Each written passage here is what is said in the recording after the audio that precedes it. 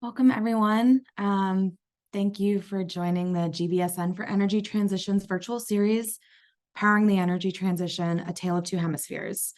We are thrilled for our fourth event in the series, which is focused on the skills and development in business education. As a few housekeeping reminders, this session will be recorded. Please keep your microphones muted, and we have reserved time to address audience questions at the end of today's program. That said, we encourage you to drop comments and questions in the chat at any time and to respond to others. Lastly, we invite you to use the chat right now to introduce yourselves and where you're joining from. If you'd like to say a few words about the interest that brought you here, feel free to add those as well. Now I would like to introduce Julianne Inarelli, Chief Impact Officer, for a few words. Hello and welcome. Thank you so much for joining us today. We're glad to have you here. We have a great session ahead for everyone. Just a few quick words about GBSN and our impact communities. GBSN, or the Global Business School Network, is a not-for-profit. It's a network that brings together business schools and a variety of other organizations focused on improving access to quality and locally relevant management education. And this, we believe, is essential for our global communities to be able to tackle the complex problems needed for sustainable development. Our impact communities are one key avenue in which that kind of collaboration takes place. And they focus on a variety of topics. But we are here today because of the work of the Energy Transition Impact Community. And I'd like to just take a quick moment to introduce and thank the leaders of that group who had a vision for this event series and have worked very hard to make it happen. Greg Bean from the University of Houston, Sarah Craig and Dr. Yashar Gyasi Farrakfal from the Rotterdam School of Management, Maurice Radebe and Luazi Ngubavana from the University of Witwatersrand with Business School. Thank you so much for all you have done to bring this series to our community. And with that, Sarah, I'll pass the floor to you to kick us off. Great, thanks, Julianne. Happy to be one of the leads on the GBSN Energy Transition Impact Community. Today, part 4, we'll dive into the role of business schools in the energy transition. And we'll hear from both academics and practitioners on where we can improve education, where we can support businesses, and what the research tells us. So as Julianne mentioned, the overall goal of this event series is to connect community, share ideas, and enable business schools to be relevant contributors to industry needs as well as society. We do have another event, part 5, happening October 3rd, tentatively, and that's on regulatory environments of the energy transition. So that will be another interesting topic as we gather 4 more panelists to speak to us about that and the challenges around the regulatory environments and how that impacts the energy transition. But today, we will focus on the topic of skills and development. So first, a little introduction by me before I jump into introducing our 4 panelists. So a systematic transition to renewables, clean technologies, and energy efficient applications will be key to help us achieve our climate targets in the next decade and beyond. But the ability of innovative technology solutions, it really risks being of little use without the adequate number of skilled workers, trained professionals, to enable large-scale deployment in our daily lives. While that might be a major factor, the human factor, it will also require understanding of the geopolitical developments, national policies and politics, technical solutions with competitive pricing to make it economic, as well as economic business models, building in the risk-reward balances and bringing that ecological factor, capital markets, but with a broader social implication. So lots of challenges for our industry and for citizens, and diving into how we can support that from the business school perspective. So these ongoing energy transitions and decarbonization efforts are poised to bring profound shifts in the sector's employment and how industry shapes and changes to stay viable through these transitions. So I'm really looking forward to our conversation today as we gain from our four panelists very different perspectives from different regions on how we can tackle these grand challenges. So with that, I would like to start and introduce our first academic from our Global North, which is Kelly Collins. So Kelly is the Director of Bauer Graduate and Alumni Career Services, Bauer College of Business at the University of Houston. Kelly is intricately involved with the MBA Career Services and Employer Alliance Organization. She's been volunteering since 2013 and also serving on the board of directors for a number of years. So welcome, Kelly. Thanks for joining us. And I'd love to give you the floor for a quick introduction, 2 to 3 minutes on your perspective of this topic. Thank you so much. As mentioned, my name is Kelly Collins. I lead the graduate and career team at Bauer College of Business, University of Houston. We have over 7,800 students in the business school here at Bauer. And I primarily focus on our graduate students across 9 programs, including a global energy management leadership program. Roughly 60% of our students are seeking a career in energy. But of that number, only about 20% right now are actually going into a role that is focused on or supports energy transition. And so part of my role is really thinking about ways to help these students broaden and understand and get connected to these opportunities. So in addition to Bauer's 9 programs, we actually offer 4 certificates in energy. So we focus on the economics of energy value chain, energy finance, investment analysis, and then energy risk management, which all play a key role into helping these students develop skill sets to be competitive in an energy transition role. We are fortunate as well to have the Gutierrez Energy Management Institute led by Greg Bean, who is a key member of this committee. And they really focus on the energy education of our college. They are really looking at experiential learning, industry integration in the classroom, and also really giving students projects so they can get experience and exposure across a broad range of areas that they may not have experience in. I'm in a unique position because I really bridge the gap between students, academics, and industry. Most of my role is really on education and skill building, right? So, our students want to go into energy, but they really maybe don't know about hydrocarbon or, what could their skills that they bring into the program kind of help them position well into a future in energy transition. Really thinking about futuristically, like how do we help our students better position themselves so they're not in a downturn with oil and gas and they are able to be competitive in the market and make a pivot into a role that's more sustainable. One of the more integral pieces of my role is really connecting the dots of experience, right? So as we'll get into later in this panel about the skills and gaps in this space, a big part of my job is really understanding what employers need and also making sure our students, if they don't have those skills, that they're taking the classes and getting that hands-on experience in the classroom to make them competitive. My ultimate goal is really to have meaningful impact on students' lives and help the industry, right? Not only is it important, just sustainably for climate change, but for me, just the way I live, breathe, this is kind of my future. So thank you all for letting me a part of today's panel. Great, thank you, Kelly. Next, we'll go over to Deanna Piez, Senior Director, Energy and Mobility at the William Davids Institute, University of Michigan, an independent nonprofit research and educational organization focused on unlocking the power of business to provide lasting economic and social prosperity in low and middle income countries, which is fantastic. Her focus for the past few years has been specifically on the transition to electric mobility. So excited to hear a little bit more about that. Deanna, welcome. Thank you so much, Sarah. It's a pleasure to be here, and I'm really looking forward to this discussion.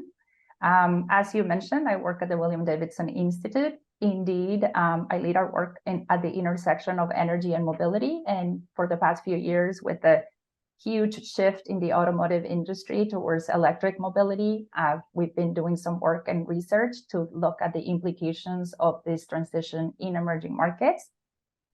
And we look at this sort of on two angles. One is on the business side of things. We work a lot with companies operating in emerging markets who are going through big shifts themselves as in response to the energy transition demands.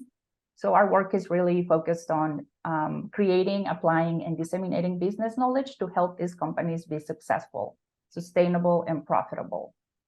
And then on the other side as well, we look at and have looked in this research focused on the transition to electric mobility on the ecosystem that enables or hinders this transition and how it can support businesses or not, right, depending on the context.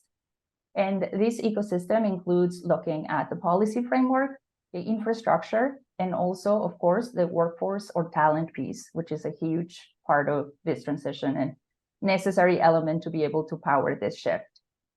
When we think about the ecosystem, some of our work right now is focused on facilitating partnerships and collaboration between global north and south, specifically between Michigan and places in Mexico, in which we are working now. And then we leverage our work with companies in emerging markets. We try to highlight innovation and innovative companies in these markets along the energy and mobility and electric mobility sort of value chain, looking at a lot of the changes, challenges, and opportunities they are looking at and how companies themselves are sort of approaching these changes. What does it take to be able to be successful? What kinds of leaders really this transition demands right now? And what types of skills is part of that as well? We leverage our work to be able to support also the development and sort of skills for business students through our affiliation with the Ross School of Business here at the University of Michigan. And we do that by supporting the development of curricula focused on energy, developing case studies that are focused on companies, again, in the energy industry, specifically featuring companies in emerging markets and the types of challenges that they have. And through multidisciplinary projects that bring together business students with students from different disciplines to work directly with companies in these markets that have a business challenge related to the energy sector. So we try to include all of those and really sort of serve as a little bit of a gateway, if you will, to emerging markets. Because we work directly with companies, we are able to leverage that work and to, at the same time, support and foster more of a global perspective with our partners here at the university as well. So right now, we actually have different projects focused in Mexico, as I mentioned, where the importance of developing the talent pipeline that will enable the transition to electric mobility is really, really at the top of the political, industry, and academia agendas, I would say. There is growing importance and interest in partnerships between, again, universities there with universities here and in other places as well, looking at emerging markets and at really understanding how different places are approaching this transition, so that instead of reinventing the wheel, we can have more collaboration and exchange around these topics. So I look forward to discussing a little bit more as we get going with the discussion. Terrific. Looking forward to diving into that a little bit more, Deanna. So next, I'd like to introduce Sherwat Elwin-Ibrahim, our academic for the South, representing the South. So academic professor of operations management from the American University in Cairo and the chair of the UN Prime, which is Principles for Responsible Management Education, chapter of Africa. She has several publications in very prestigious journals, teaches courses in the areas of operations and technology management. And Sherwat is also an expert on the subject matter of business growth and development and consults on such. So warm welcome to you, Sherwat, and looking forward to a small introduction from yourself on what you're working on and what your perspective is on this topic. Thank you. I'm a big fan of the series. I particularly like the naming of it. You know, energy transition gives a clear kind of agenda for business schools on what needs to be done. more than the climate action, climate change, the big words, the holistic problem. So again, I've enjoyed the last 3 sessions, and I look forward very much for this one, and happy to be able to contribute. In addition to, through the UN Prime Global Network and the Africa chapter, we were able to launch an initiative almost a year ago that wanted to promote climate leadership and education in Africa. We kind of modeled after a similar initiative in COP26 when European business schools came together to address this issue. What exactly should business schools do in order to prepare students, leadership with the necessary skill sets to address climate issues? And they branded it Business Schools for Climate Leadership, BS4CL. And we kind of used the COP27 event at the American University in Cairo to invite deans from Africa. We have 6 committed business schools who came from representing, again, North Africa, East Africa, Strathmore and Lagos, and my colleagues from ESCA and AUC and Gibbs and Stellenbosch. Again, we come together as a working team. So actually, we're very close and work very closely to address the questions you're asking today. And we're basically building on the strengths of each school, trying to, all schools offer programs at multi-levels of education, whether, again, it's undergraduate MBAs and executive MBAs and executive training.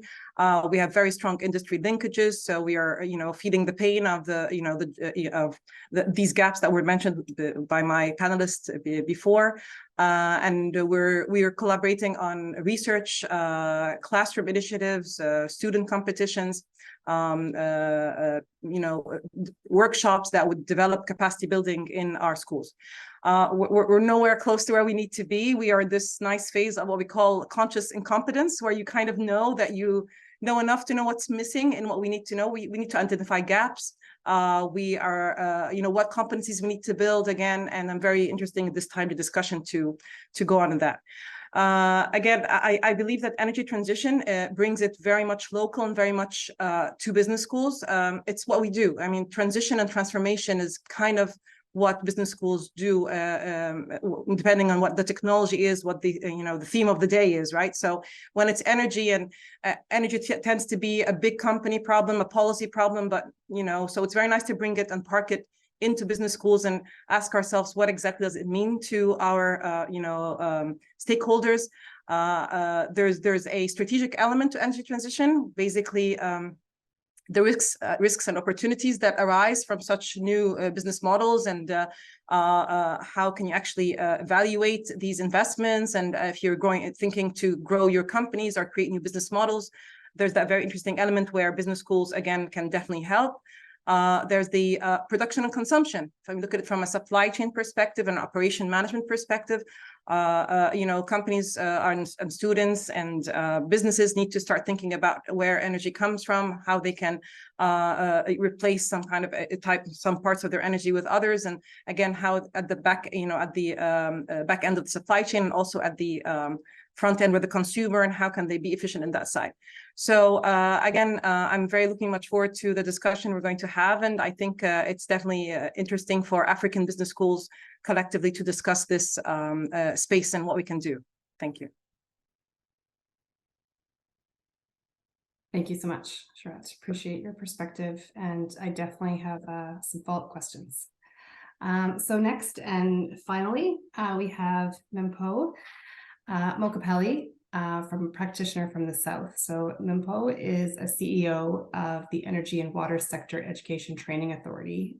Prior to your appointment, Mpho, you developed a clear strategy for the organization and assisted the organization in clarifying its value chain, and then developing an effective operations model that will drive the organization to operational excellence. So very excited to hear a bit more about that. Mpho also serves on a number of governance committees where she plans to impact the sector through policy setting. So lovely to meet you. Warm welcome, and let's hear a little bit about your perspective on this topic. Thank you. Thank you for inviting me, and it's lovely to be in the room. I only see women. I'm assuming there's a lot of gents also in the room. We're celebrating Women's Month in South Africa, so I'm happy to see what I see. My name is Mpho Mokapele, as introduced, and I am within government. I'm within government. I'm in a public entity that reports to the Department of Higher Education.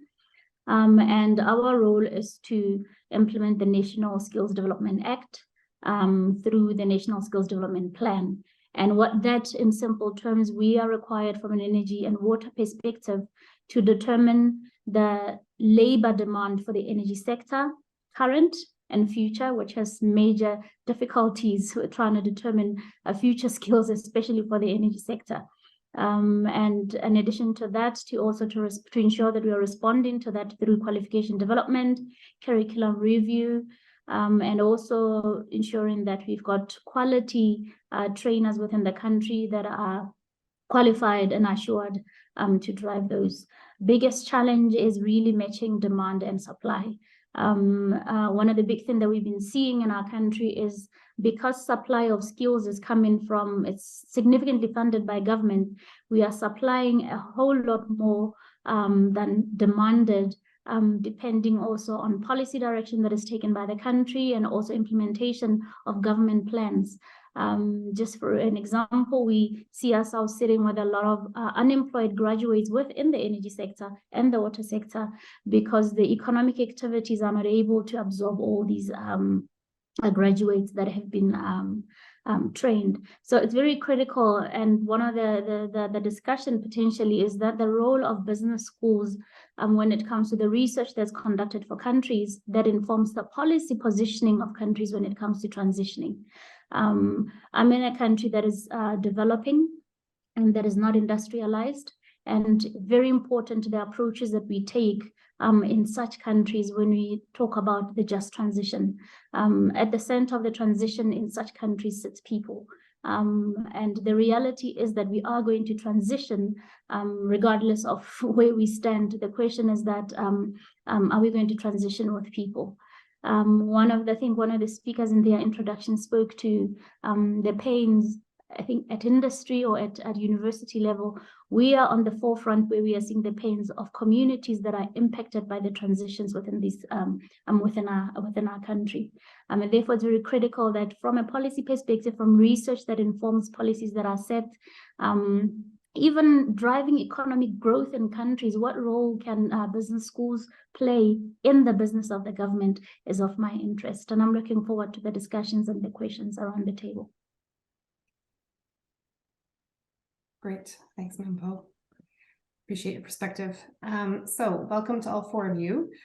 We'll jump into the Q&A now. So I have prepared a few questions for our panelists and I'll go through them, but we welcome any questions from the community online as well. As mentioned from Julie at the beginning, feel free to type them in the chat and I'll leave some time at the end and we'll be monitoring them throughout to ask any questions that you have for the panelists. And if it's for a specific panelist, please mention that in your question, the name of the panelist you'd like to propose your question to. So I'd like to get started. This question, a lot of you had touched on, but I do want to just get some brief perspective from all of you, because this is really the overarching question, which you've again touched on, but how can business schools best support the workforce development, the entrepreneurial ecosystem and organizational strategy insights that we need to power the energy transition and sustain economic growth and development, despite North and South being in different development aspects of the energy transition and where we are.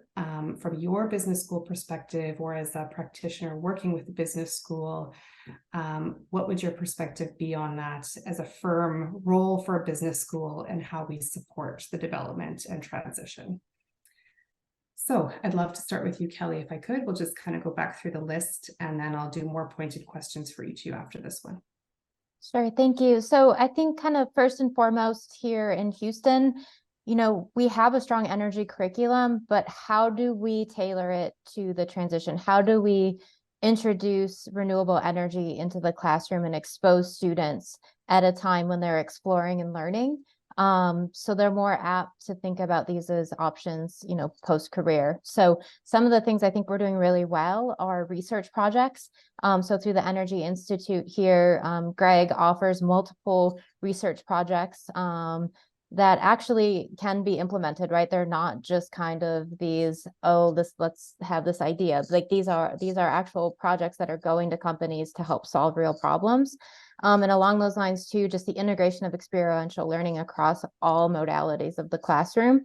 And then also thinking about our partnerships, right? Like how are we bringing more diverse kind of leaders and thought leaders into the classroom to help students understand and start connecting with people in industry, so we can develop mentorship programs and develop internship programs where we can start building early these pipelines. You know, one interesting thing we rolled out this year was called, it's a new course called The Business of Hydrogen, right? And so it's been interesting trying to promote this class because there hasn't been a lot of interest. And so how we're positioning these classes in terms of what it looks like, right? As we're seeing a downturn in consulting and technology jobs, like what is the future? And how do we get students to get excited about these types of experiences and classes? Great, thank you. We'll move over to Deanna. Yeah, I think it's it's fascinating to hear also, you know, Kelly, what you were saying, and I think a lot of that resonates based on where we are here on campus.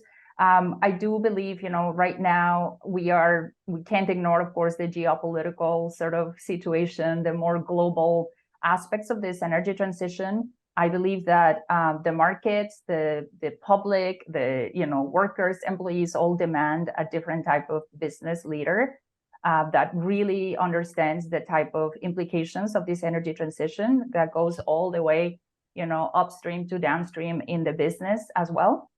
And I think it is certainly a challenge for companies. We are facing a huge competition in terms of the market for talent across the board. And so, as you know, somebody else was saying too, companies have to be looking not just to hire for their needs right now, but also for their needs in the next 5 to 10 years with a very proactive and, you know, prospective approach, which is not easy. In our work with companies and sort of trying to understand the pivots that they are making as a result of the energy transition, I think a lot of the things that come up in terms of their needs is really being able to manage change within their companies, right? So being able to have those change management skills. Systems thinking, really focused on that, because I believe we are seeing much less of a siloed approach and a lot more of an integrated ecosystem for the entire sort of energy and everything that energy touches as well. And so there is a need for a lot of that thinking and skills and demand as well.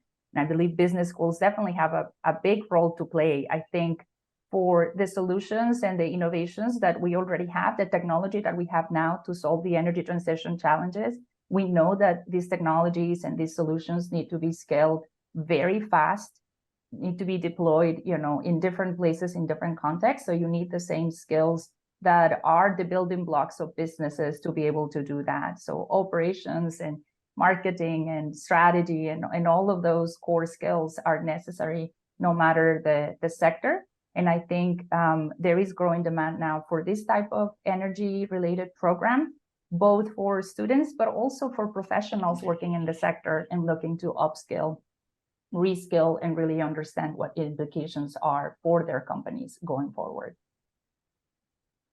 Yeah, great. And I definitely want to dive into the scale fast a little bit later, but we'll move over to Charlotte to give your perspective on this question. Sure, thank you. So again, motivated by Mfo's comment on, you know, the pain and the urgency of the problem is definitely being felt in the region, and it is a problem, and moving fast is not typically the nature of business schools, because we have programs, we have approvals, we have you know, curriculum, we have accreditation. So it's not, you know, we have that challenge, and we need to move fast to understand how we're going to bring it. And the point of bringing it is elective and promoting a course. Do we do that, or we do make it part of our core curriculum? And how do you integrate it at all the course levels? Do you offer it as a course, or as do you make program changes? Do you make tracks? Do you make course adjustments? How do you build the necessary capacity within your faculty? And now are your hiring system to allow for this kind of updates.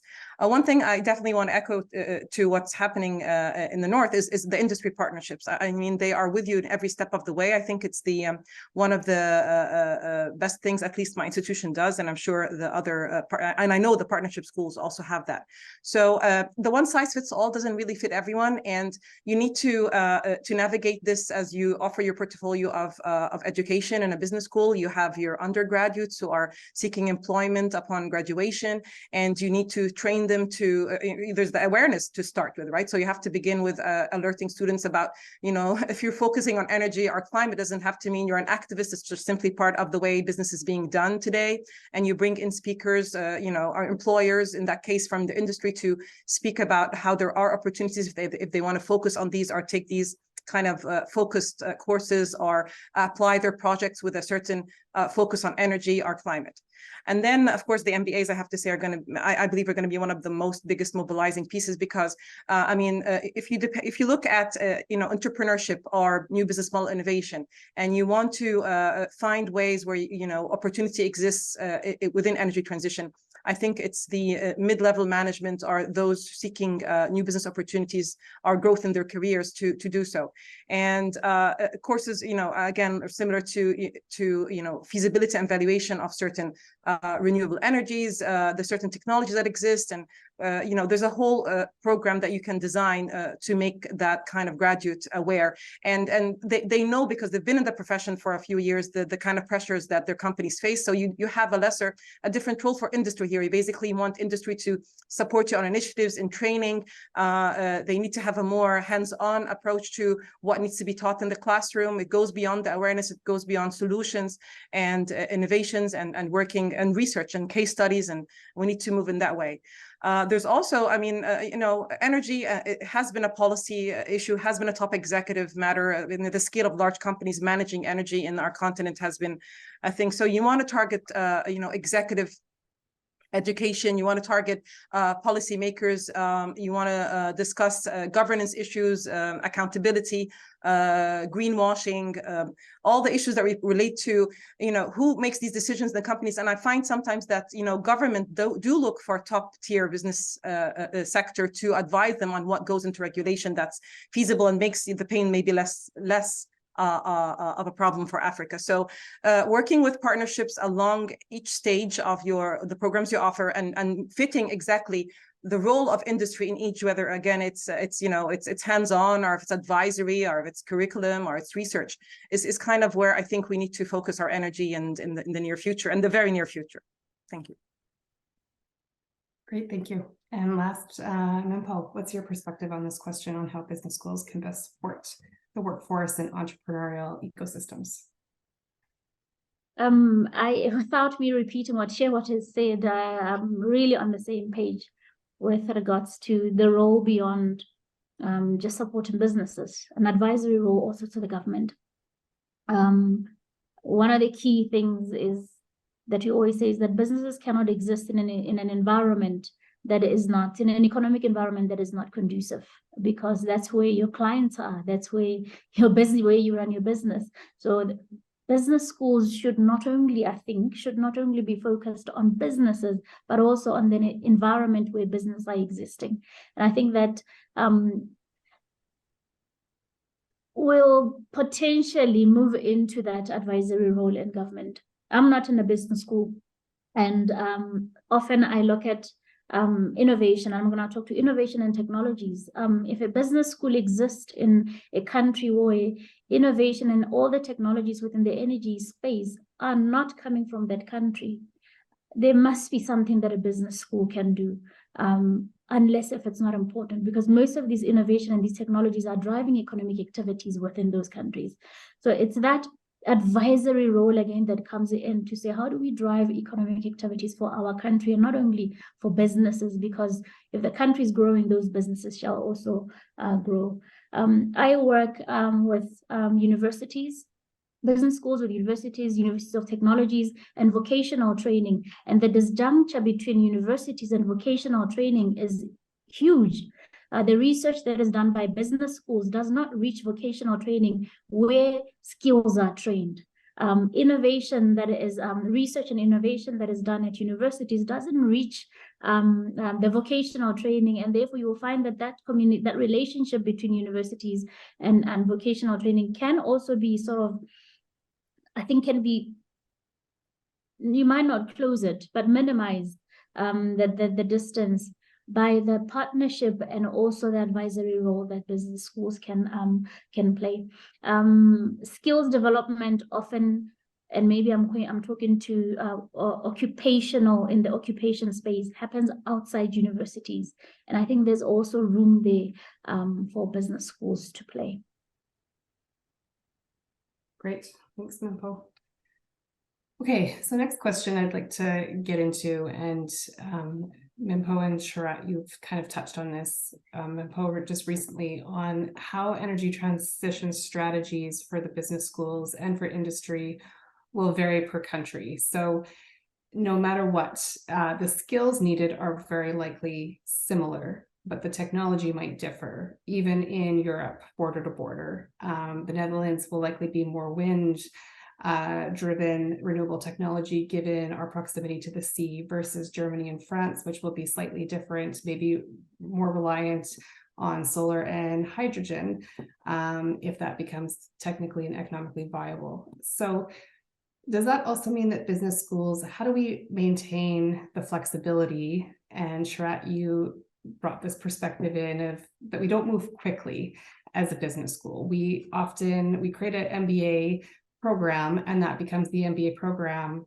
kind of the core of it for a long term, and you might adjust certain curriculums. But are our MBAs sufficient for today, for the challenges that leaders face? And depending on where the MBA is it regional, or is the curriculum more or less, can it be a one size fits all for the energy transition?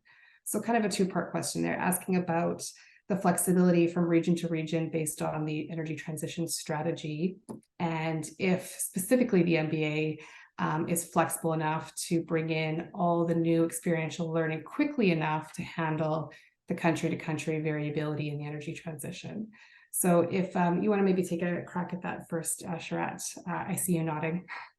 Well, I used to run the MBAs for 4 years, so I do feel it, and you do hope that your MBA is doing everything it should. So in that sense, that's the smile. But of course, it's, you know, again, I have a technology management background, and if you set up the MBA to again address transitioning and transformation as a way of being, you know, then come maybe sustainability, whatever the words they use. I mean, data analytics, industry 4.0. These are the kind of, you know, adaptations that the program should be able to change without changing a big part of it. And efforts have been done to do that.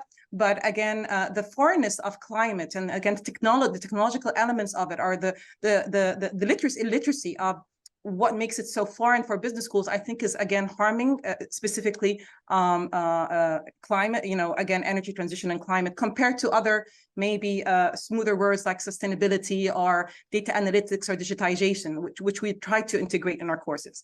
That said, look at it from a job, you know, look at the market again we're feeding. If it is the MBA, we are training mid-career, you know, leadership to grow within their careers or start their businesses to promote change, right? So if you teach transformation in that element, and then offer some kind of core or elective education on what it takes to make energy transition, and you could do it within the frameworks that exist, like a supply chain management course addresses, for example, the gaps in energy transition where it feeds in. So you'd have to work closely with faculty and the course to change it, you know, and it's faster that way in my view.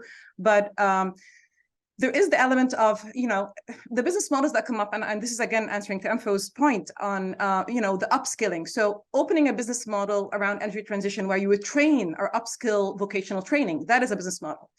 Creating software or managing software companies that can monitor better the way we consume our energy. So it doesn't have to be core to, you know, technical schools, climate schools, you know, energy schools, again, what they're trying to do. We need to stay in our turf and try to manage it as a transformation process, as a business opportunity, as a risk aversion, you know, how do we manage it? And that way it does provide continuity. It allows us to build capacity within our faculty and again, maybe address it in a more urgent sense.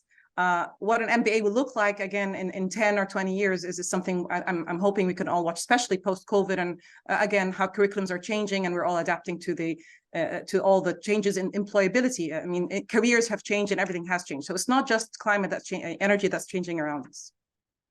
Yeah, good point. And Kelly, with your involvement on the MBA programs, do you have a perspective on this about how an MBA program would differ compared to a Southern school MBA, and changing the proximity based on how the transition plans are changing from region to region or country to country? Sure. I mean, I agree wholeheartedly with everything Sharat has said. You know, I think fundamentally the skills are all the same, right? Like at a baseline, you need to be nimble, you need to be innovative, you need to understand analytics. You know, it's how you're able to implement these programs. And to Sharat's point, you know, business schools run at a snail's pace. So that by the time something gets passed and implemented, it's already outdated. And so getting creative in how curriculum is being applied to students, right? Which, you know, an easy way is really incorporating industry, right? So some of our professors maybe aren't as keen and up to speed on energy transition, but they know fundamentally the skills that generally are required. But, you know, kind of complementing that with industry experts in the classroom can really help us support and grow. But I kind of feel like fundamentally, you know, across the board, like the baseline is similar. Yeah, thank you. Okay, so I'd like to turn this question over to Deanna and Mimpo. So what new roles are you seeing from a practitioner perspective emerging, and what are the greatest gaps in availability of talent to fill these new roles? So specific roles that you see emerging that maybe business schools can support from a skills perspective. So let's start with Deanna. Thank you, Sarah. So yeah, I mean, I think, you know, going back to a little bit of, I was reflecting as everyone is sharing a little bit about the differences in between regions, or, you know, what's similar fundamentally and what's also different, and can be addressed by business schools and by other players in the ecosystem as well. In the midst of these changes, we're seeing a lot of need and opportunity also for roles really explicitly focused on, you know, decarbonization, energy transition advisor, and new fuels, or depending on what the technology might be and what the subsector might be, those skills and are being a lot more explicit in terms of impact, in terms of sustainability as well.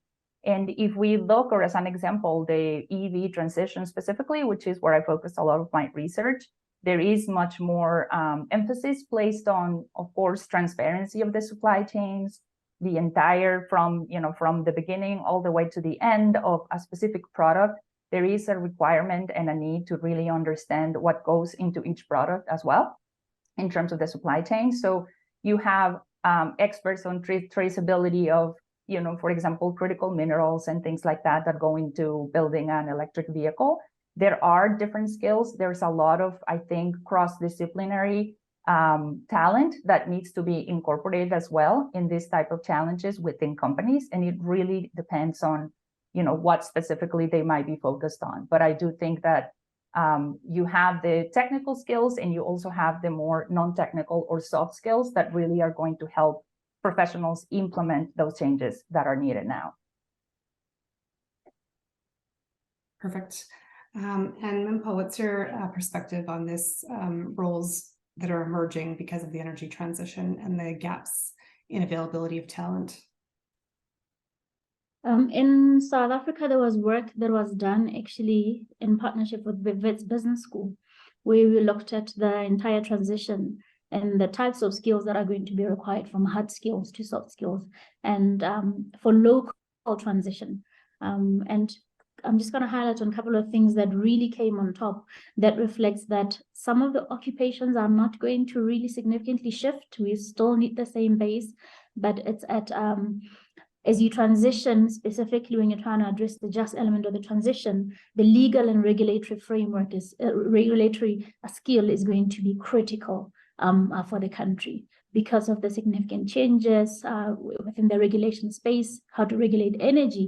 If you've got new technologies and you are going to start even selling energy to government, and you're going to have different models, you need legal and regulatory. Another big one was research and development. This was specifically also coming from the fact that local research is much needed, because we do have a lot of international research that we benchmark against, but we've got totally different social landscape in our country. So there's a skill for local research. Those are just the two that I wanted to highlight. And policy. Third was policy development, relevant policy development. But what was more important was what appeared in the soft, I know it's not called soft skill, I'm going to call soft skill for now, that the critical skills that are going to be required. Top was thinking local, ability. And for me, whether you've done an MBA, whether you're an engineer, your ability to apply what you've learned as a specialist locally, to think local and ensure that the transition is for the local, is for locally. The second one was, again, critical thinking, where employers were saying we're struggling, and this was from information from employers, we are struggling with people who are not able to think critically. And I don't know how you train critical thinking in business schools. How do you think transformational thinking is another thing that came through, and partner development. And this is recognizing the fact that you cannot do it alone as in a country or as businesses, that you require proper partnerships within your country to have a successful transition. So there's key things that I don't know where they would fit in within an MBA course, where I'm trying to think locally, transformational and transitional thinking, partnership development, and that I think the element which I think this one comes out through in the MBA training, leadership. Are we developing leaders in our training? Yeah, that's great. I like that, the four emerging talent gaps and the critical thinking being one. Who think local, I think, is great. But I think it's also maybe a bit of a challenge, given a lot of our students, maybe even specifically for executive global MBA programs, are very global coming to the school. And so I think therein lies some of the challenges of doing local teaching on local policies and legislation and regulations, but also merging in the global perspective of the energy transition and softer skills within an MBA and the challenges of that. So I think that's great. Thanks for your input. So next question, I'll turn to our academics again. I'll pose these questions to Kelly and Shawat. So amongst the lessons learned from successful programs is the importance of comprehensive workforce planning to foresee what skills of workers will be needed and where. So that's work that basically Mimpho just referenced in studies that were done with Wits University. So do you guys as a universities have these comprehensive mappings done? Are you working with specific industry partners on that? And then how are you feeding that information in when you're looking at maybe bachelor programs or comprehensive master programs to fit in with that mapping exercise to see what maybe that talent pool gaps are and how to best serve that as a business school? Or it could also be research, not necessarily just education, but maybe specifically research. So Shawat, did you want to start? Well, yes, thank you. Again, it's part of the I would say the business model of a business school, and something I like about the AUC is that we have this strategic advisory board to the dean. So basically, biannually, at least, you have members from the industry and NGOs and stakeholders from the government attending a session where we focus on zoom in on certain issues, similar to what you just said, for example, skill gaps, and they would consult and let us know what they believe happens. Now, again, the question would be, would they take us to the level of mapping each and every region's or country's gaps in the industry? Not to that extent. Extensive research is needed for that area, but then we can definitely build on what we already have. So recently, in spite of the efforts being done already, for example, for the year at the school and within the initiative we talked about, I mentioned, I sat in a new meeting where other industry partners are calling us and asking us to react fast, and they need sustainability officers, they need climate managers, and so it's not, you can't speak to everyone in the industry. So if it's as far as are we insightful in terms of what is needed for are informed to develop our curriculum and to build the necessary, courses. I think, yes, we have enough, but are we able to, to comprehensively cover the gaps in the industry with something as new as climate, and again, as it's moving from large company businesses to entrepreneurial inventors to ventures to policy issues. It is for climate. I think this is maybe, Sarah, that's why you have that question. It is one of the pains that we are facing, and one of the reason where you have this, what we call conscious incompetence. You're always feeling short. You're always feeling like, even if I know something or I know how to do this or fix this, there's still so much to do. And you learn, and this is how I really like these series from the North-South. We have our partners in the Business School for Climate Leadership. We look to what happens. We have the, not just, we do it regionally. We adapt to the different types of energy sources in our regions. Lagos, again, is different than South Africa, different than Egypt. Whether it's, again, fossil fuels or renewable energy, and how we transition, and the story for every country, given the policy regulation, is completely going to be different. So you hope your faculty, again, are working on these research topics. You invite as many industry partners as possible in your, again, advisory boards, your classrooms, your research data collection. And you hope you're doing the right thing, but it's never going to be a perfect picture. Like, here you go, this is what I believe climate should be in Egypt or Africa. I don't see it that way. Yeah, for sure. Okay. Kelly, what's your perspective on the mapping to foresee some issues with the educational research programs? Well, I don't have too much to add. I mean, I think Sharat covered the really big points, right? We're not complete. It is an evolution, and it is ever changing.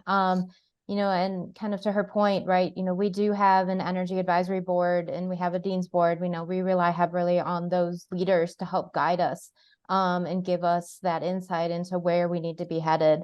Additionally, just kind of locally, right, our Greater Houston Partnership, bringing industry leaders from across the globe, to Houston to kind of help us as we retool and reformat. But, in terms of completion, I don't think it'll ever be complete because it's just changing so much. But definitely having partnerships and collaboration across the globe kind of, I think, help us all navigate these waters.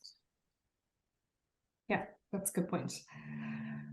Okay, so I want to take a little bit of a shift and talk about just specifically leadership.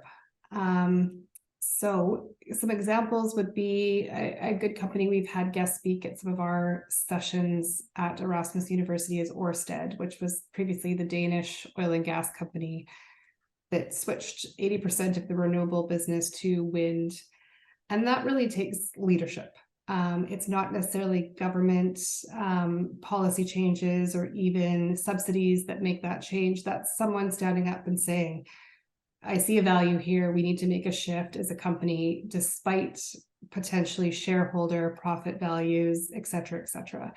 So as business schools supporting the industry, and feel free, any of you, to give perspective on this, how do we support bold yet fair leaders to take a stance and move their organizations through the decarbonization efforts needed for this transition?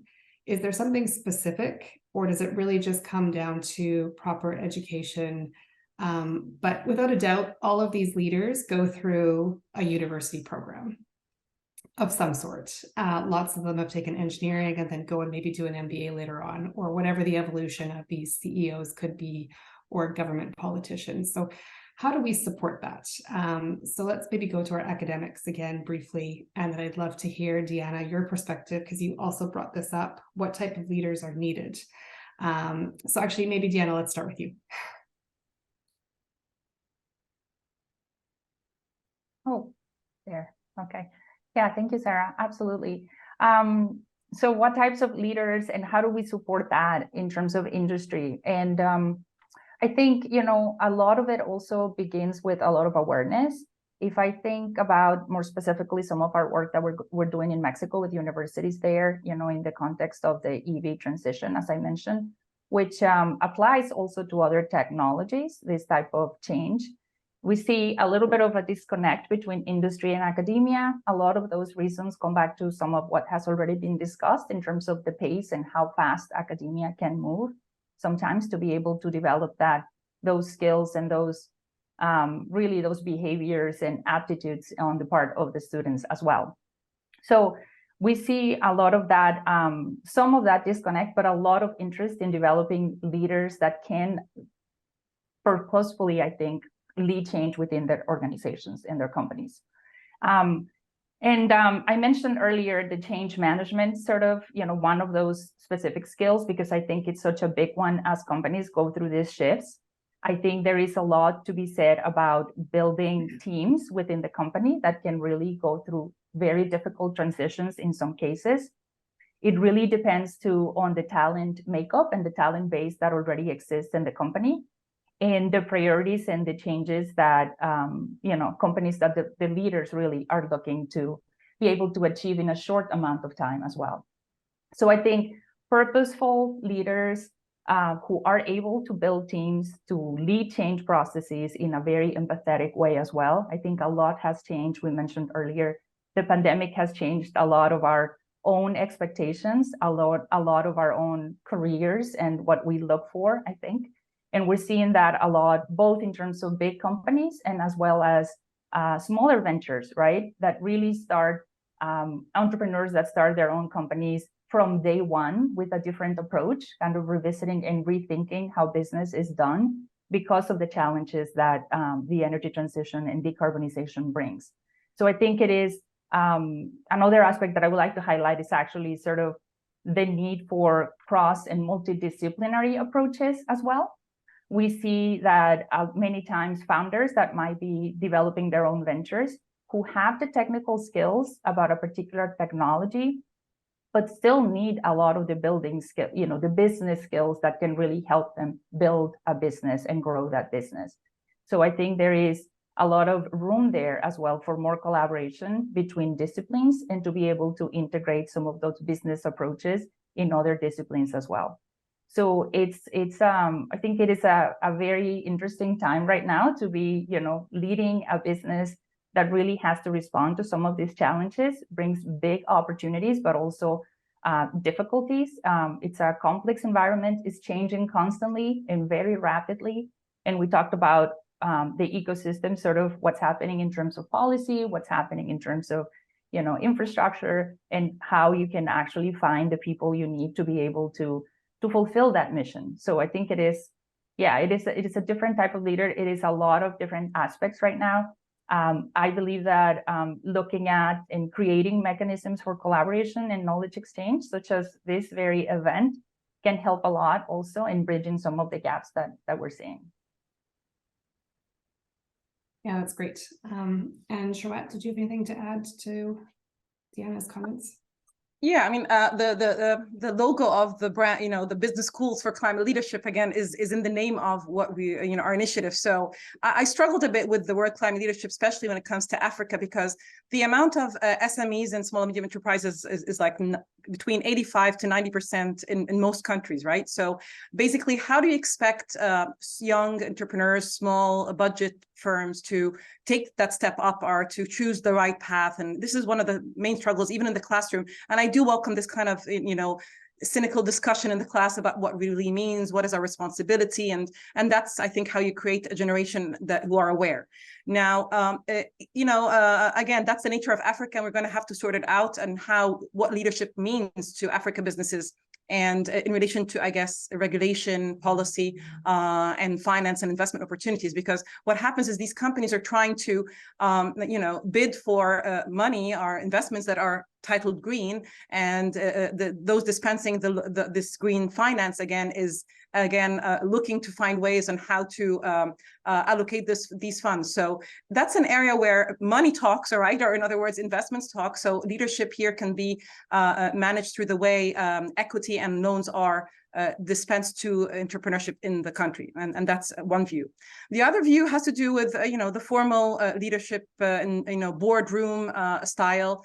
I'm involved with the Climate Governance Initiative in trying to promote what we call board training, certified board trainings through Chapter Zeros. They have 28 chapters right now. They're World Economic Forum arm, and they work out of Cambridge, and they are promoting, again, executive training for board members, non-executive board members within each country to get educated on what is the right structures for the boards. Do we treat climate and sustainability as a side topic or a side committee, or does it become part of the basic structure and risk portfolio of the firms, of the board, the companies? You need to bring in here again the government. We have the Federal Regulatory Authority asking the AUC to develop courses to meet the needs of the stock, firms that, board members and those acting on the boards of publicly traded companies.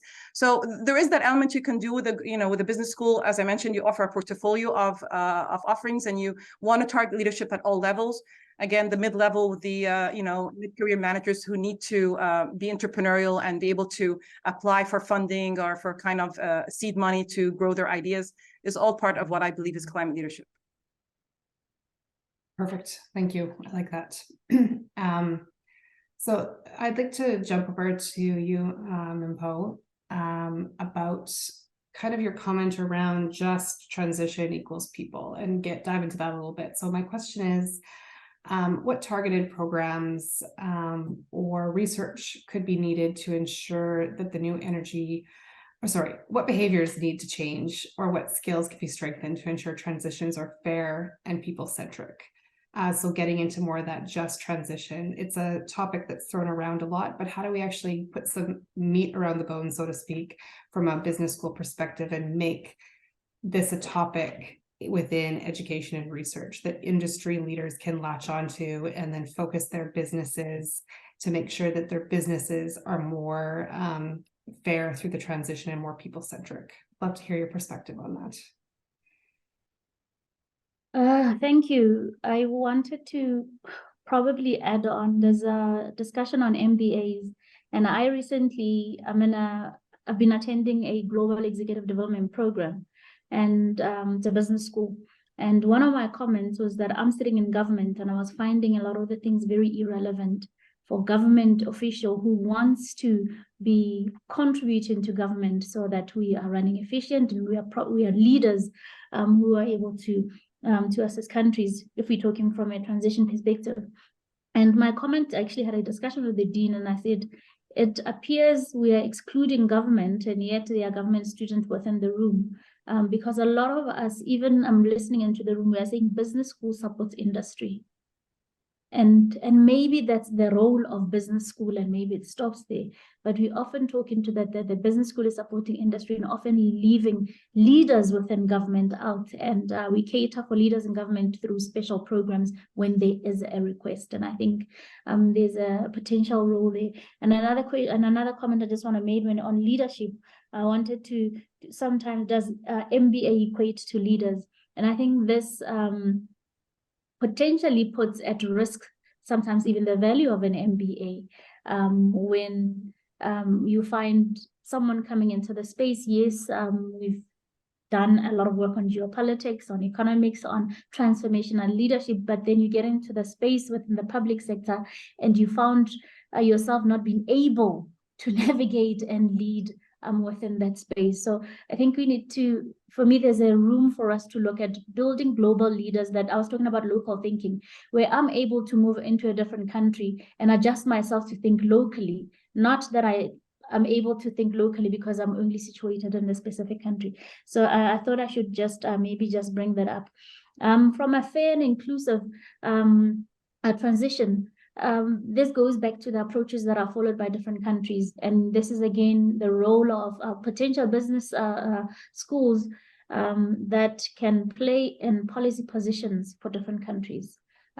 Example that I often make is that in a country that is trying to develop on fossil fuel, the transition of doing away with fossil fuel and trying to develop on renewable energy, the reality doesn't make business sense.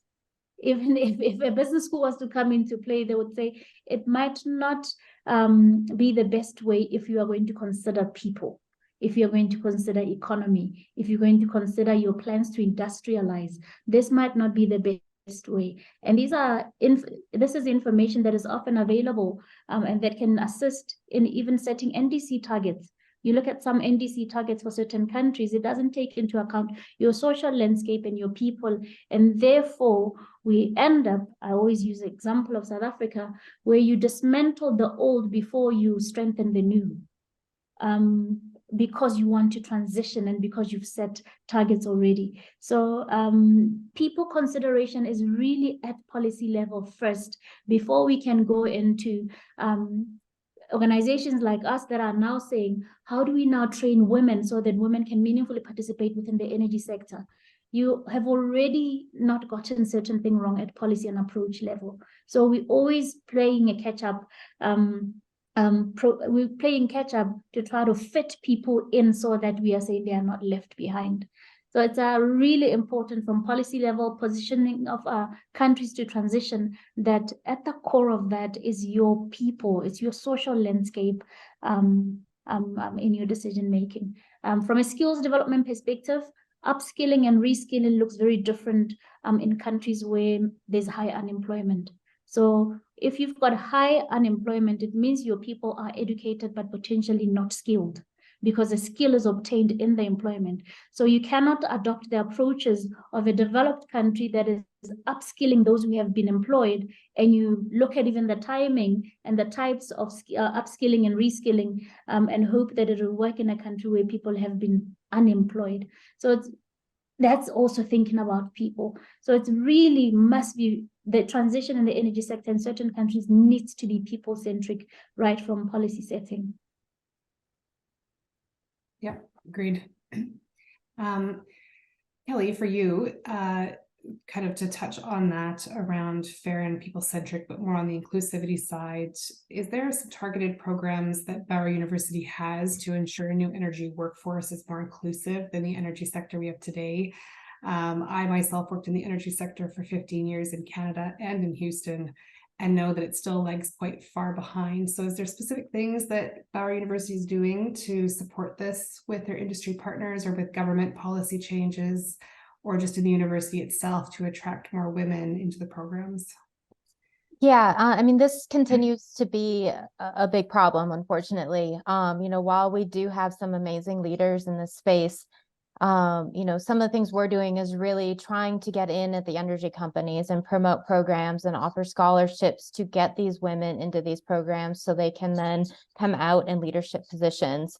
Also part of it is the mentorship component, right? Like, how are we empowering these women in the program to understand that, like, this is something attainable and you have people behind you that can help support you. And then also really focusing on, as been discussed, the policy component of it, like, how do we work with local leaders? In Houston, we're very fortunate to have some very strong women in government, and how do we get them involved to help create this community of support, right? I think, COVID has changed some things in terms of more flexibility in the workplace. Has that fully transferred to energy where people have flexible work environments? Women technically, kind of more than men, are having to take care of the families and kind of take on those extra steps. So having flexibility in the workplace to make it a more female-friendly environment. These are all things, in discussions we have, but I think more than anything, a lot of it is the confidence building and just making sure the awareness is there that, like, these are opportunities for women, and that, the more we can do to support them and encourage them and bring them to them, the better we can kind of build this pipeline. Thank you. Yeah, that's a challenge, but there's a lot of challenges that we're talking through today. So another question around the production and consumption comment that you had made early on in your introduction, Sharat. And I'd be interested on your perspective too, Deanna. How do we not only support our current student base or our industry partners or government, but how do we also get the message out to just the everyday citizen around understanding the implications of decisions that they make around the energy transition. So yes, we have energy efficient cars, we have electric cars, one day we might have hydrogen cars, but we don't just want to replace every single car with that. The whole purpose is to change the behaviors in our everyday life to support the energy transition in also a just and fair perspective. So do you have thoughts on that, around that production and consumption comment, and how we can support through maybe online learning that's free for citizens, or other means to get what we have as research out there to help citizens change their behavior in the energy transition? Okay, so well, when I look at production and consumption, there is again a value chain element in it. So one side, Sarah, is the one you mentioned, is that how do we create consumers of energy or consumers of products that are aware to the climate impacts of what they use. And yes, awareness campaigns, again, that's a business model right there, where a graduate from a business school can create some kind of awareness campaign. And there are some kind of fundings in that right now, post again COP27 in the region. But it's, I don't know, it's you know, there's the literacy, there's the again, you do want to make sure that you dissect, you take away from the activist attitude towards, when you're speaking in Africa, you know, there's a lot of shoulder shrugging, you know, like we have bigger problems, everything Mfo said spot on, you know, with just transition. So although consumer behavior might be one, I think, you know, business-driven solutions could be the better way. So if you focus even on the small firm sizes where we have in Africa, you do want to look at it from a production and consumption perspective, and try, for example, on the back end of the supply chain, or the upstream, as we call it, to work on, you know, local, you know, on the production side, for example, localizing suppliers for components for wind turbines or solar panels or hydrogen technologies and batteries. So these are all new business models that can attract, again, economical issues and social issues in the continent while addressing climate issues. And I would put the energy there more at the moment. And servitization is happening across all supply chain management. A lot of the jobs that we would do would now become in a service model. So again, the installation on these, you know, maintenance and the design of a solar system, again, requires a lot of customer interaction. And that's another area where soft skills or business schools can help in terms of advancing the production and consumption of solar energy. So if I were to change my energy source in my home to a solar panel, what do I do? And you can, I've supervised many studies around household adoption to these, and it's basically, again, technology adoption. So where it's nice to have the end consumer awareness on how we consume and dispose of our products and services, you know, it's or again, our waste. I think we should definitely focus when it comes to just transition in job creation while we're addressing these, and trying to find those business models that along that value chain can create jobs and address the social issues that exist. Bearing in mind, again, the natural endowments in all these countries. I mean, you know, beyond a few countries in Africa, most African countries are energy poor, right? And so renewable energy seems to be the right solution for them because of the dire need to have some kind of stable sources of energy. And in that, I think, so producing energy, transitioning to renewable energy, I think that would be some area where it would have kind of a larger impact on the continent beyond the consumer awareness. Yeah, that's fair. Okay. And Deanna, you had also mentioned disseminating business knowledge is a part of your curriculum and what you're working on. So how do you take that question and also spin it that way, taking what you've done with research and industry partners and the low to middle income communities, and how do you disseminate that business knowledge out to not just the academics or the industry partners, but more globally and more people-centric? Mm-hmm. Yeah, absolutely. And I think it's very relevant actually to our work on transition to EV from the production standpoint in Mexico and in other places as well. We've done research and are working now very actively in communities that are actually, you know, have very extensive automotive manufacturing capabilities, and then are having now to completely transition into producing electric vehicles and changing the entire value chain, localizing their supply chain. It opens up opportunities, of course, for new companies, but it also creates challenges for companies that, you know, will see their products or services essentially greatly diminished as, you know, production of EVs for the major automakers transitions to electric vehicles, right? And I think, you know, it is one of the factors that I think are important is that specifically in the automotive industry, in these communities, it's such a present and visible, you know, state of affairs right now with the automotive industry serving and creating so much economic, you know, contributing to economic growth in such an important way. So we have done research in other places as well that have automotive manufacturing capabilities, including in Brazil, South Africa, India, Mexico, to kind of look at, and of course, Michigan, where, you know, of course, there is the major automakers are all located here as well, to understand how those implications are playing out for the communities. And depending on how visible these efforts are as well, they bring in academia, industry, of course, because they are going through this shift. Academia is trying at the same time to be able to support the needs that they have. And then you have the policy and infrastructure aspects of it as well. I think this is highly visible to people in the communities. It's something that communities are worried about, going back to you know, comments about the just transition as well. And I think it requires essentially all hands on deck to be able to support this transition, these changes in a timely way, in an inclusive way, rethinking in a more diverse way. In our work, we see that firsthand in terms of the companies that are going through these changes.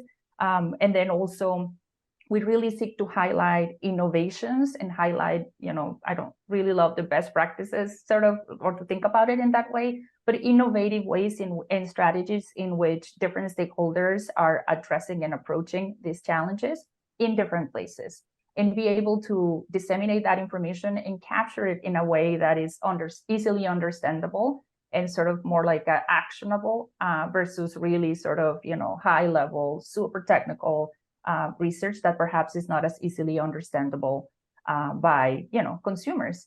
And the last thought on that is that many of our partners and, you know, companies, whether they are very established or also entrepreneurs, of course, are considering consumer education and awareness in all of their work as well, because they are also needing to create the market for their own products as they kind of deal with all of these aspects at the same time. Terrific. Thank you. So I just have one more question for Min-Po, and then I'll move over to a question that came through the chat for Deanna. And then I'd like to just do some closing comments before we're done in about 12 minutes, 13 minutes. But Min-Po, you had brought up the topic of kind of inclusivity of vocational schools, and was curious if you have support advice for the business schools around how we make our programs maybe more focused on supporting industry partners and corporates, and make it more inclusive and marketable to government officials, but also vocational schools. How do we partner with them so that it's the full value chain of the people building the houses, the people designing them, and making them more inclusive and with the new technology that we're using? So some comments on that, how we engage as business schools, all kind of facets of government, right through to vocational schools and citizens to join and gain some of this extra education. And that could also be through executive education, not just like an MBA, etc. Just an example of what we've done. Currently, we realize that from a TVET perspective, which is our vocational colleges, that the lecturers, even management, is not aware of even what business is starting to talk about. Let me give an example of EV. If TVET colleges is not aware of that conversation, and research is done in business school, and these classes that you're running for business leaders, and the businesses start developing products, the people who are working on the ground with the cars are coming from those TVET colleges. And what we're finding is that because of that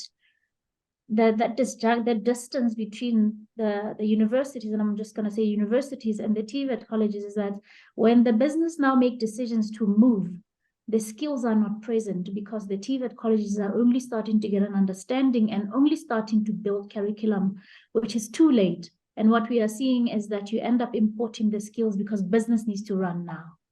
So there's a great need there. And also it also talks to including those within the country in the transition. So relationship, first of all, not that business school will run programs for vocational training, but it's the strategic relationship on what is it that's happening within the business space. What are the things that are coming up? What are we seeing business talk about that will potentially require occupational skills on the ground to run those, whether it's the factories, new factories that are coming on board and without delays. A big example is now when we, in the wind sector, you realize that we've got a wind sector that's moving, solar sector, solar industry that's running, and very fast, and you don't have people on the ground to run with the sector. So there is a need for those strategic partnership and strategic relationship between even the universities of technologies. When they're working on technologies, the people who will be working on those technologies are sitting in the TVET, in the vocational colleges, and therefore there's that relationship that is required. Or it can actually be from even sharing research, awareness, and hosting sessions with lecturers and leaders within the vocational space, just for them to be aware of what is happening in industry and what industry is having a conversation with business schools about. Yeah, I appreciate that perspective. It's a bit self-serving of a question because that's something that we struggle with, in that as a business school, we would love to partner with a technical university, but also applied sciences university to really bring holistic programs to the market, more from an executive education perspective, to bring that holistic view. But it is difficult because you're designing, a 5-day course that has to hit on all the topics for people that are coming in from a law degree area, or they might be a legislation policymaker, they might work for an NGO. And so there's challenges there, but I do think there's a real need for it to have that holistic perspective from the 3 schools involved in planning some education, but also combined research and sharing resources. So I appreciate your comments on that. So I'd like to turn to the question online.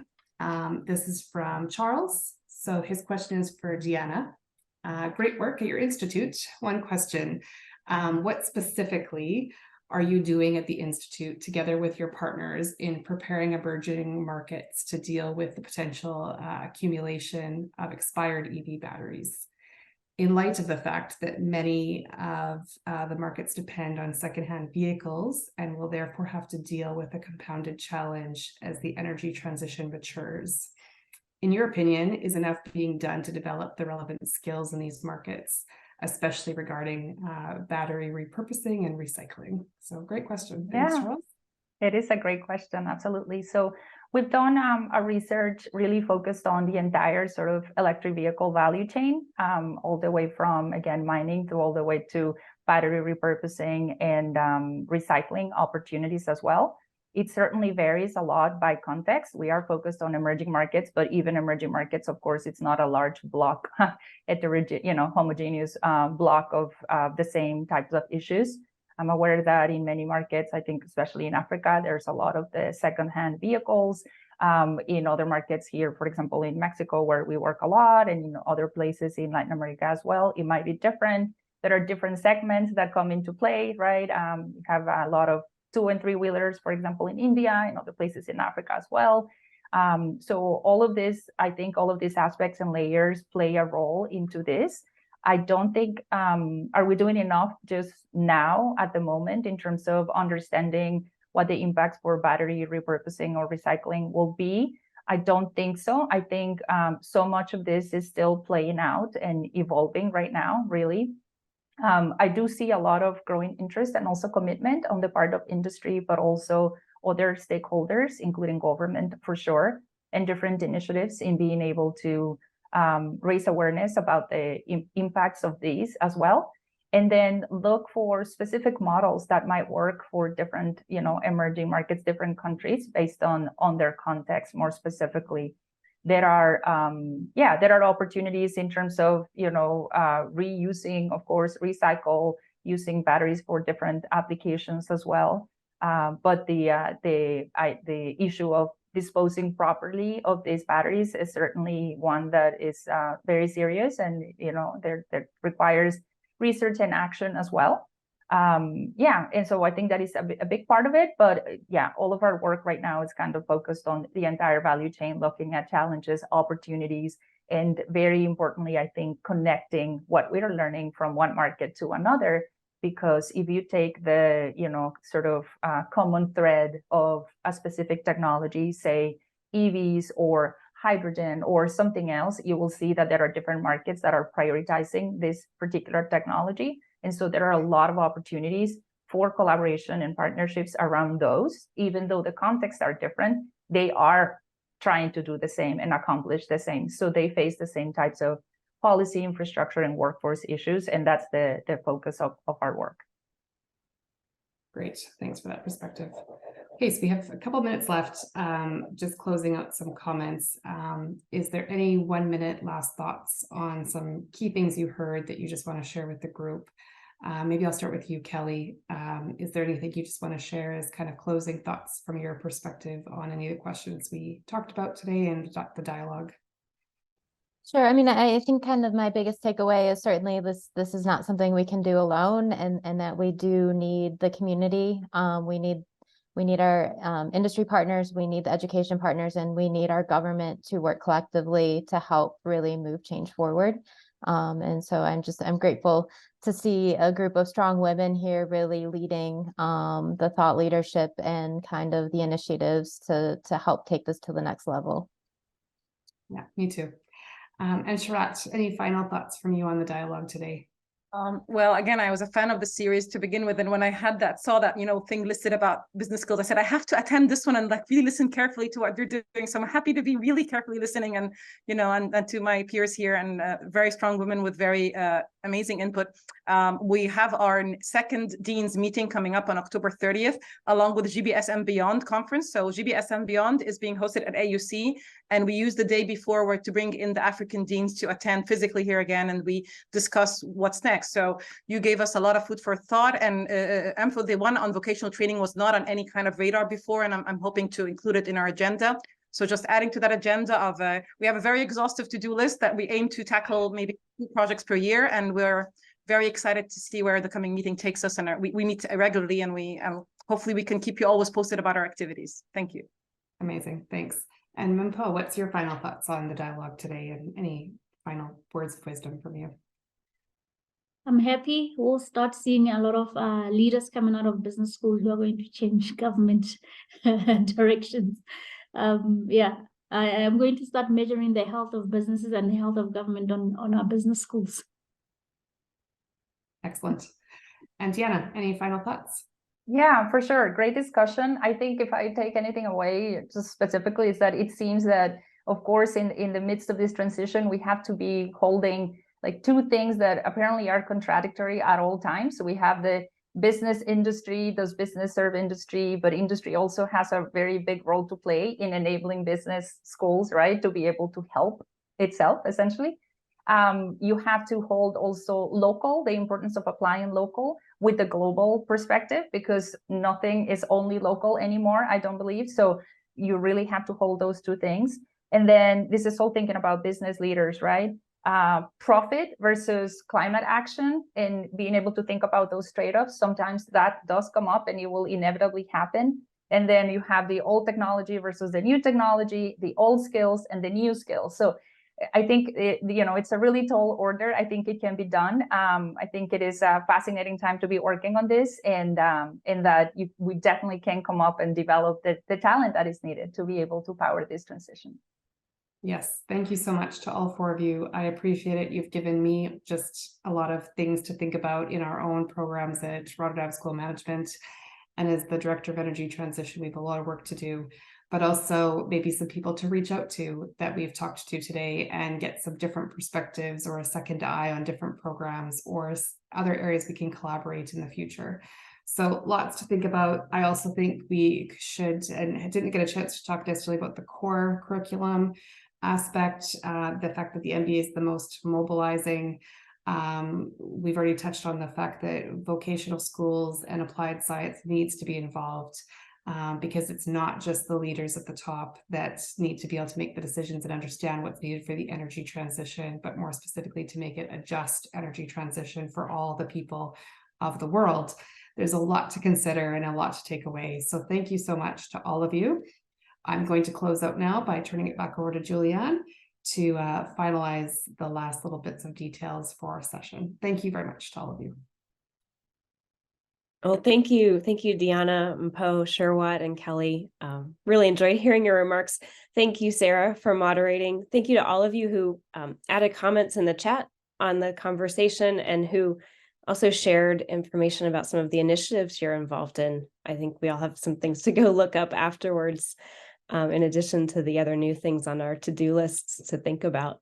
I hope you all will plan to join us for the next event in our series. As Sarah mentioned earlier, our next event will focus on the regulatory environments of the energy transition. And then after that, our final event will focus on financing the energy transition. So stay tuned for more information and the registration links for both of those. We hope you'll join us. Thanks again for coming today.